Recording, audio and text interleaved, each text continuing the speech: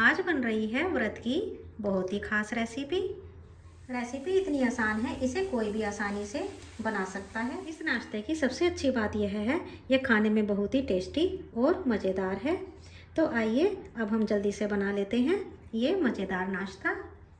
ये नाश्ता बनाने के लिए मैंने ये चावल लिए हैं। ये मैंने 1 बाउल चावल लिए हैं। इनको समा के चावल कहते हैं। यह व्रत में खाए जाने वाले चावल हैं। ये बहुत ही बारीक चावल होता है और इसको व्रत में खाया जाता है। तो इसको हम किसी बाउल के अंदर ट्रांसफ़र कर लेंगे। अब इसे हमें पानी से अच्छी तरह से 2 से 3 बार वॉश कर लेना है। इनके ऊपर जो भी डस्ट होती है वह हमें अच्छी तरह से वॉश करके निकाल देनी है। चावल को अच्छी तरह से धोने के बाद अब हमें इसके अंदर पानी डाल के 1 घंटे के लिए भीगने के लिए रख देना है। चावल को भीगते हुए 1 घंटा हो चुका है। चावल अच्छी तरह से भीग करके फूल चुका है।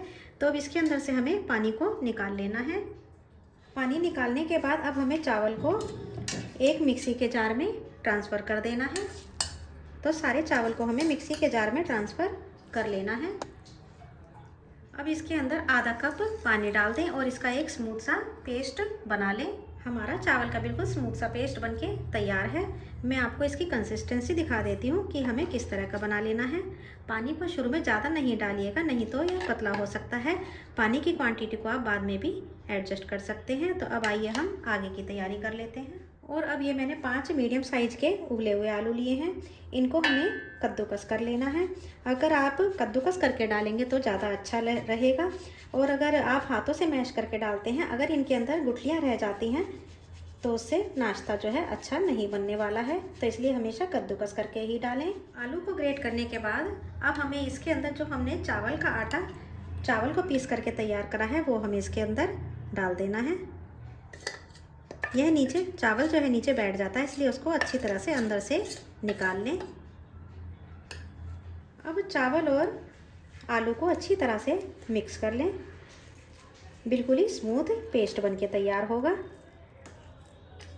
आपको ये नाश्ता बनाने में बिल्कुल भी दिक्कत नहीं आएगी। इसे कोई जिसने पहली बार नाश्ता बनाया हो वह भी इसको आराम से बना करके तैयार कर सकता है। अच्छी तरह से मिक्स करें। चावल का मिक्सचर और आलू को अच्छी तरह से मिक्स करने के बाद अब हमारा जो ये मिक्सचर बना है यह थोड़ा टाइट है। तो अब इसके अंदर हमें और पानी मिला लेना है। पानी मैंने उसी जार के अंदर करके लिया है जिसके अंदर मैंने चावल को पीसा था। इसको हमें थोड़ा थोड़ा करके ही मिलाना है। मैं आपको इसकी कंसिस्टेंसी दिखा दूंगी कि हमें किस तरह का बैटर तैयार करना है। तो अब हमें इस तरह की कंसिस्टेंसी का बैटर चाहिए, ना तो ज़्यादा पतला होना चाहिए और ना ही ज़्यादा टाइट होना चाहिए।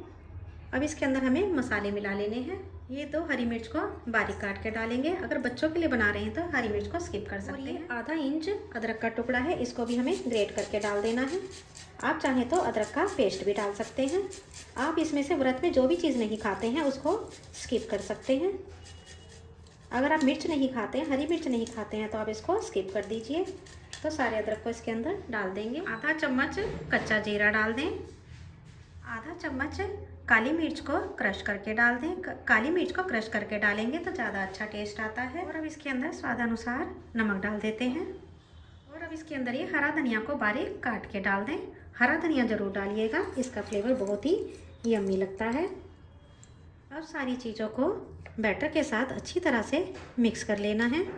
सारी चीज़ें अच्छी तरह से मिक्स हो चुकी हैं। बैटर हमारा बिल्कुल परफेक्ट बनके तैयार है। अब इसे हम एक साइड रखते हुए व्रत के लिए खीरे का रायता बना लेते हैं, जो बहुत ही यम्मी लगता है। ये मैंने दही को फैट करके लिया है। दही को हमें अच्छी तरह से फैट करके लेना है। अब ये एक खीरा लेंगे और इसको ऊपर से टेस्ट करने के बाद, कड़वा तो नहीं है, फिर हमें इसको ग्रेटर की हेल्प से ग्रेट कर लेना है। खीरे को ग्रेट करने के बाद अब हमें इसको दही के अंदर मिक्स कर देना है। दही को गाढ़ा लीजिएगा क्योंकि खीरे में भी पानी होता है। दही के अंदर पानी बिल्कुल भी नहीं डालिएगा। खीरे को दही के साथ अच्छी तरह से मिक्स कर लें। यह बहुत ही पौष्टिक और गर्मियों में ठंडक देने वाला खीरे का रायता होता है, बहुत ही यम्मी लगता है। इसके अंदर काली मिर्च डाल दें, भुना हुआ जीरा डाल दें और स्वादानुसार व्रत का सेंधा नमक डाल दें। अब सारी चीज़ों को अच्छी तरह से मिक्स कर लें। एक बार इस तरह से इस रायते को ज़रूर ट्राई कीजिएगा, ये आपको बहुत ही यम्मी लगेगा।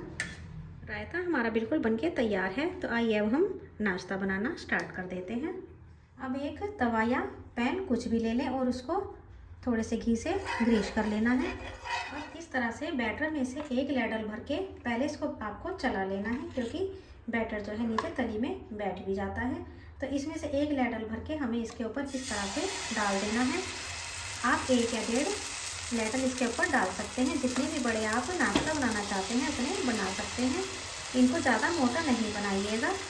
अब इसको इस तरह से गोल गोल हमें चला देना है। गैस की फ्लेम को मीडियम टू स्लो रखना है।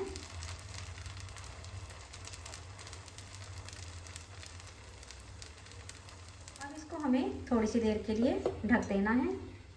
1 मिनट के बाद आपको इसको उठा करके देख लेना है। ये ऊपर से ड्राई लग रहा है तो इसके ऊपर से हमें थोड़ा सा घी डाल देना है। आप घी नहीं डालना चाहते तो इसको वैसे भी बना सकते हैं।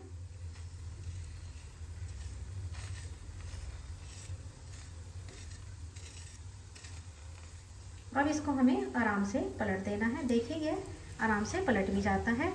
इसको बनाने में आपको कुछ भी परेशानी नहीं आएगी।